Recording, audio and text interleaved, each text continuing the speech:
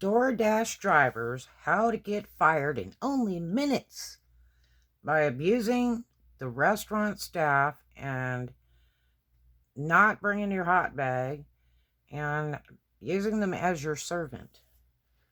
Okay, first of all, a lot of the people that deliver the food to your car at some of these dinner houses that have established curbside pickup and specialized parking where you don't even have to go in. They have a nice girl comes running out to your car and says, "Hi," and they want the name on the order. Then they go back in, and when the order is ready, they will bring it to your car. And they are in a hurry. They are waiting on other drivers. You're not the only one there. Okay? Now, a lot of times it's a bartender.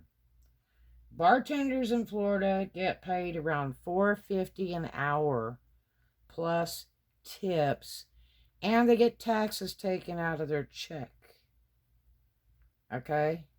They're not even getting paid minimum wage. So don't abuse them. Now, let me explain something to you. I worked at a place in California as a food waitress, one of the best Italian restaurants around, and it was called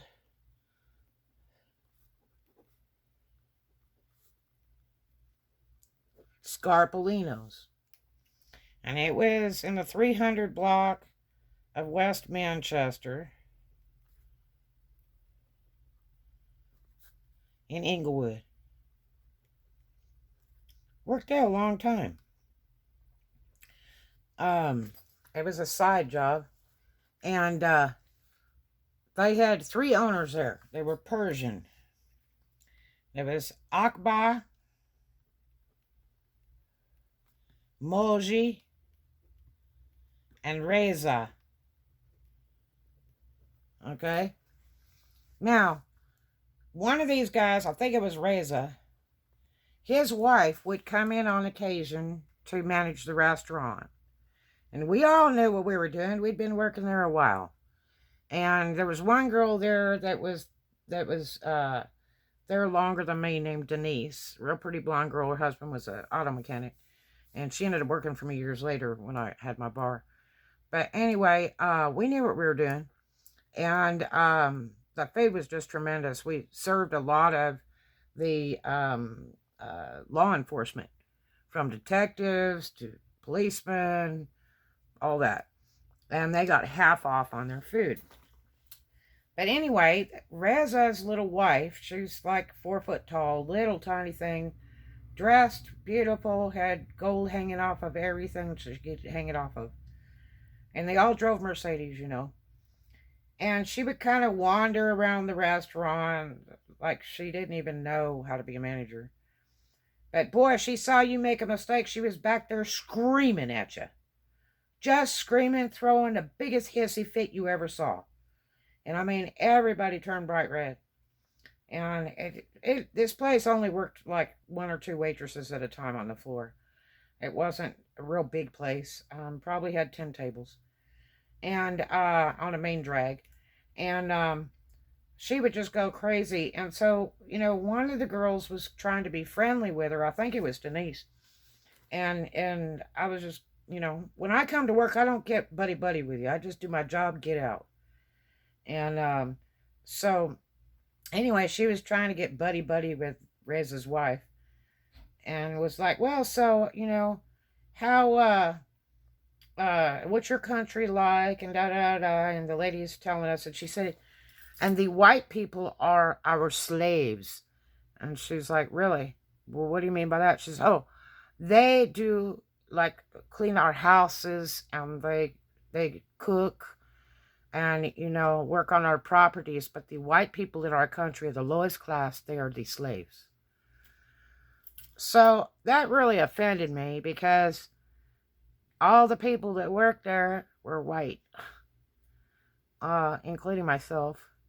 And I was just really, I thought that was really off the wall to even discuss that with employees, because all it told me was, we are trash. that we are nothing but trash, and that's all we'll ever be. So let me tell you what happened. I was at Chili's in Fort Walton Beach, Florida, picking up an order. And there's a little blue Ford, light silver blue metallic car, kind of raggedy little car. And there's a black-haired lady that appears to be from India or Persian, something like that. And she's sitting there with the window down playing on her telephone. And when the girl comes running out to get the name on the order, she's, oh, I forgot. I have to look it up. And wasn't even ready. Because she was too busy leaning out the window playing on her phone. So then the girl comes back to her and checks with her, and she finally gives her the name. The lady's sitting there. And this is a 4-door car. Little tiny car. And this woman's probably 40 or 50 years old. And the girl comes out, running out with the food to give it to her when it finally arrives. And the lady's sitting there with the phone in her left hand, leaning out the window, and she says, oh, I have the air conditioning on. Can you please put that in the back seat, because I don't want the food to get cold. So the girl has to open the back door and stick it in the back seat. This woman has no hot bag, okay? And, you know, when you're driving around, that stuff will fall off the seat. You need to have it next to you or have a rider to come with you and watch that food.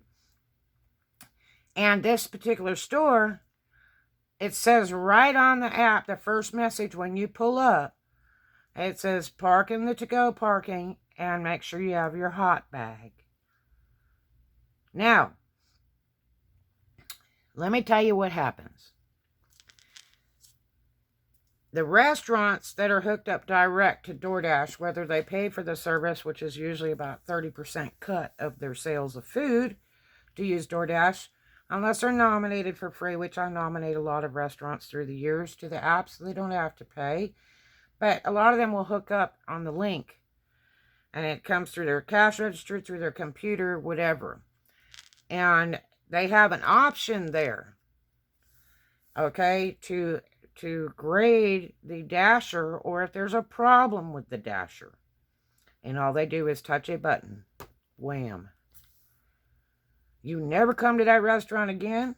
It's reported to Doordash. And if they fill out some stuff in the bottom, or Doordash calls them back, so they can tell them what they're doing and what order was picked up and all that, because it's done by the order and it's registered to you as the dasher, and now they're registering cars too, so they don't even have to know your name. All they got to do is know your car. That Doordash will just disconnect your app. You can't clock in, you can't cash out, you can't do nothing. There's a guy on YouTube that still does Doordash vlogs on occasion, but he hasn't worked for Doordash in probably 2 years. And he got fired for chewing out a restaurant employee because food was taking too long. And so he got reported. They just pushed that button. And Doordash called him and asked him, you know, what had happened. And they told him. Guy was psyching out, acting like a fool, you know, and we have customers, and, you know, he was loud, da-da-da.